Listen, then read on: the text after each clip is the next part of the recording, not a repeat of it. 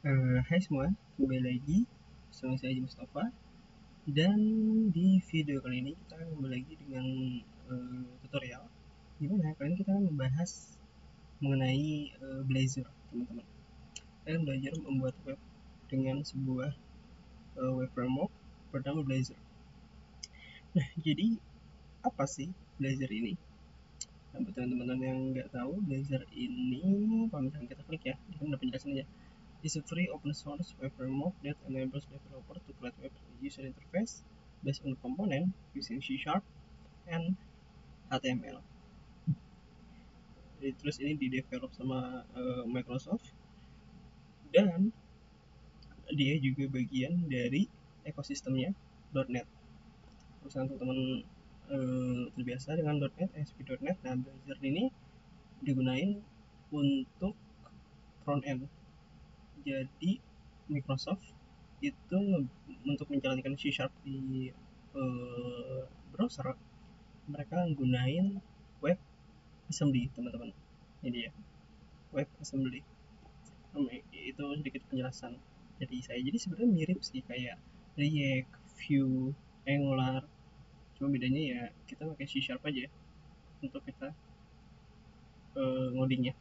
Dan juga untuk bagian HTML ya, mereka tuh punya semacam format sendiri namanya Razor Pages gitu. Mungkin kalau misalkan di React ada namanya kayak JSX gitu ya, di Vue kayak Vue, ada format filenya sendiri. Nah di Blazor mereka ada Razor Pages. Nah jadi saya juga nanya ke ChatGPT, jelaskan apa itu Blazor untuk orang yang pernah mencoba React, Vue dan sejenisnya.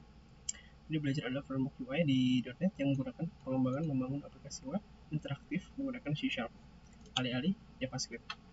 Nah, kalau misalnya teman-teman udah familiar nih dengan React, Vue, atau framework JavaScript serupa, nah Blazor ini nawarin konsep yang mirip namun dalam ekosistem .NET. Jadi bedanya gitu aja. Udah. Sisanya mah mirip sih sisanya. Ini ada beberapa poin utama. Nah, di Blazor kita tuh gunain C# teman-teman, bukan JavaScript untuk kita nulis logic di aplikasi kita. Kalau misalkan kita lebih suka dengan C#, suka dengan ekosistem .NET, pernah megang ASP.NET, segala macam, WPF, WinForm, dan teman-teman pengen bikin aplikasi web PWA, SPA, nah teman-teman bisa mencoba Blazor. Lalu di Blazor juga ada namanya istilah Blazor Component. Saya sebenarnya sih seperti React Vue ya, kita juga bisa memecah UI itu berdasarkan komponen. Misalkan contoh navbar komponen atau misalkan kita bikin aplikasi itu tulis ada to-do komponen, list komponen dan segala macam. Dan dia ada format namanya .razor, ya kan? Jadi ini tuh adalah gabungan dari HTML dan C#. Jadi mirip dengan JSX di React. Nah, nantinya di Blazor itu ada dua buah template. Pertama ada Blazor WebAssembly dan Blazor Server. Ini perbedaan keduanya adalah yang pertama, Blazor WebAssembly, jadi kode aplikasi berjalan di browser menggunakan teknologi WebAssembly. Ini berarti semua logika aplikasi berjalan di sisi klien seperti framework JavaScript pada umumnya. Nah, jadi kalau Blazor WebAssembly itu codingannya itu di-download dulu di klien. Jadi biasanya akan lebih lama mungkin jika aplikasinya memang kompleks ya, karena dia download dulu. Kalau udah download baru nanti jalan. Nah, kalau belajar server, semua aplikasinya dijalan di server. Jadi lebih apa namanya, lebih cepat sih. Jadi nggak harus nunggu download dulu semua aplikasinya. Cuman bedanya kalau belajar WebAssembly, misalkan kita nggak ada internet nih, nah di belajar WebAssembly itu biasanya masih bisa dibuka. Kalau untuk belajar server itu membutuhkan internet. Nah, terus apa nih? Tidak perlu dulu manipulasi manual, sama seperti React yang menggunakan virtual DOM. Oh, sama ya, berarti sama dia juga gunanya virtual DOM. Terus juga oh ya, ini ada integrasi dengan ekosistem .NET. Kalau teman-teman terbiasa dengan .NET, teman-teman pasti tahu lah fitur-fitur .NET ada dependency injection, bisa kita bikin API juga dan bikin real time. Contohnya kita bisa gunain Signal R gitu. Dan kompatibilitas dengan JavaScript di Blazor juga kita bisa manggil kode dengan JavaScript. Jadi ada istilahnya JavaScript interop dan kita bisa digunain di Blazor. Gitu teman-teman. Jadi itu dia, mungkin saya close ini ya. Nah, mungkin teman-teman pengen mengikuti tutorial kali ini, kalian harus punya Visual Studio ya. Visual Studio. Nah ini dia. Kalian boleh download dulu nih ke IDE, dimana kita bakal gunain IDE ini untuk kita mulai tutorial belajar kita. Dan nantinya kita akan bikin to-do list sederhana sih. Kita nggak akan bikin kompleks banget. Kita lebih akan perkenalan dengan si belajar ini, gitu. Oke, jika teman-teman sudah menginstal Visual Studio Code, teman-teman bisa klik Visual Studio Code-nya, lalu teman-teman pilih aja sebenarnya install kayak biasa pada umumnya ya kan, next, pilih yang bagian web intinya gitu ya, bagian web intinya. Oke, setelah itu teman-teman bisa pilih create new project, klik. Nah setelah diklik teman bisa klik belajar di bagian di sini, enter, sorry.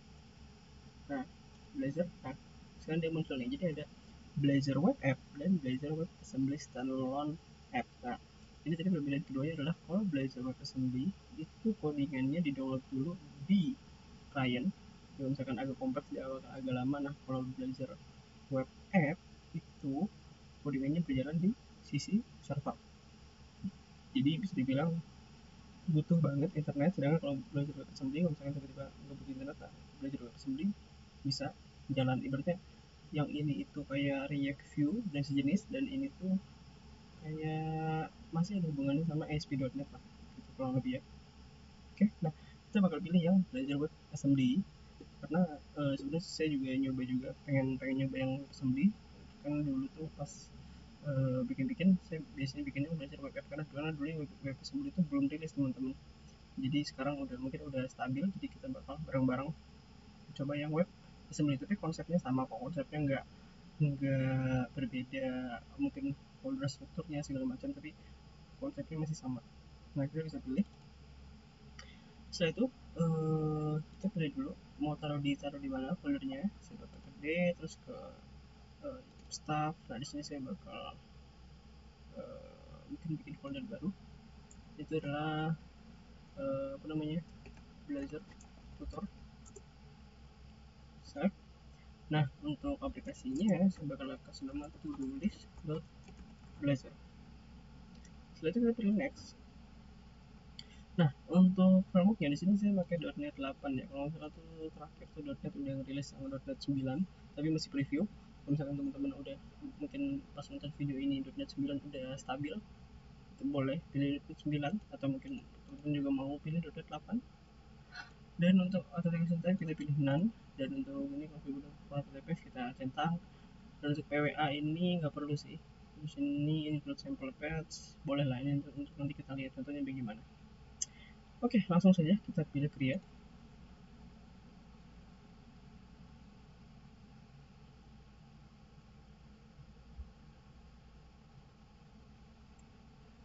Nah, ini dia aplikasi kita.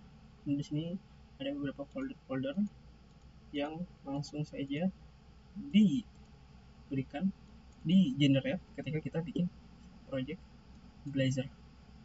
Oke, mungkin untuk penjelasan foldernya mungkin untuk di video selanjutnya, tapi kita bakal coba jalanin aplikasi kita.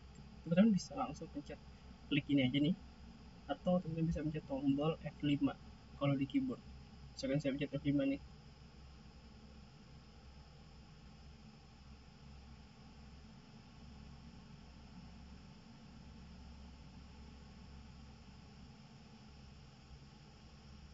Ini dia nge-build dulu ya. Jadi projectnya itu di build dulu. Nanti ketika buildnya sudah selesai, baru nanti dia akan di running. Biasanya memang awal-awal agak lama, jadi kita tunggu saja. Oke. Nah, oke. Ini tadi videonya saya cepetin ya. Jadi kita nggak perlu nunggu lama-lama. Dan sekarang ini dia sudah muncul aplikasi belajar kita. Mungkin saya bakal coba close lagi dan coba jalanin lagi deh, biar teman-teman bisa lihat nih. Nah, teman-teman perhatiin tuh, ada loading ya, kayak gini ya. Nah, itu dikarenakan karena kita milihnya tadi template yang belajar web assembly, jadi codingan kita itu tuh di download dulu nih sama si browser. dan baru dijalani nih sama dia. Kalau misalkan tadinya kita milih yang Blazor web app itu biasanya nggak ada sih loading seperti itu. Dan ya ini dia aplikasinya. Ini memang template-nya si Blazor, dia selalu kayak gini, dia selalu ada aplikasi counter, ini kita klik main counter, dan ada ini weather, jadi kayak fetching API gitu. Oke, kalau misalkan kita ada bikin, teman-teman pengen ada tutorial fetch API, bisa boleh komen di bawah. Tapi nanti kita akan bikin apa namanya, tutorial tulis. Mungkin kita bakal coba buat ngapus ini semua kali ya. Jadi kita coba close, kita bakal ke bagian layout. Teman-teman gak usah bingung dulu ini apa, nanti kita bakal jelasin di video selanjutnya. Tapi untuk sementara kita bakal bikin satu menu aja, itu adalah to do. Kita bisa hapus ini, di bagian sini saya mau ke to do aja, ini ganti jadi to do list. Terus kita bisa bikin pages, kita bikin namanya to do page. Terserah sih, nggak harus to do page. Oke, sorry, ini lapis file CS, sorry, salah banget ya. Ini kita bisa hapus counter sama ini home juga sebenarnya boleh sih dihapus sih. Nah, terus kita bikin namanya adalah to do page dan Blazor. Nah, disini misalkan ini halaman to do page, lalu kita kasih page directive to do. Dan jangan lupa, karena kita mau sekali buka aplikasinya langsung ke to do, kita bisa ke bagian properties, terus ke debug, open, terus kita copy bagian yang https yang gini, slash to save, close. Sekarang ketika kita jalanin aplikasi kita, ini bakal buka yang to do app.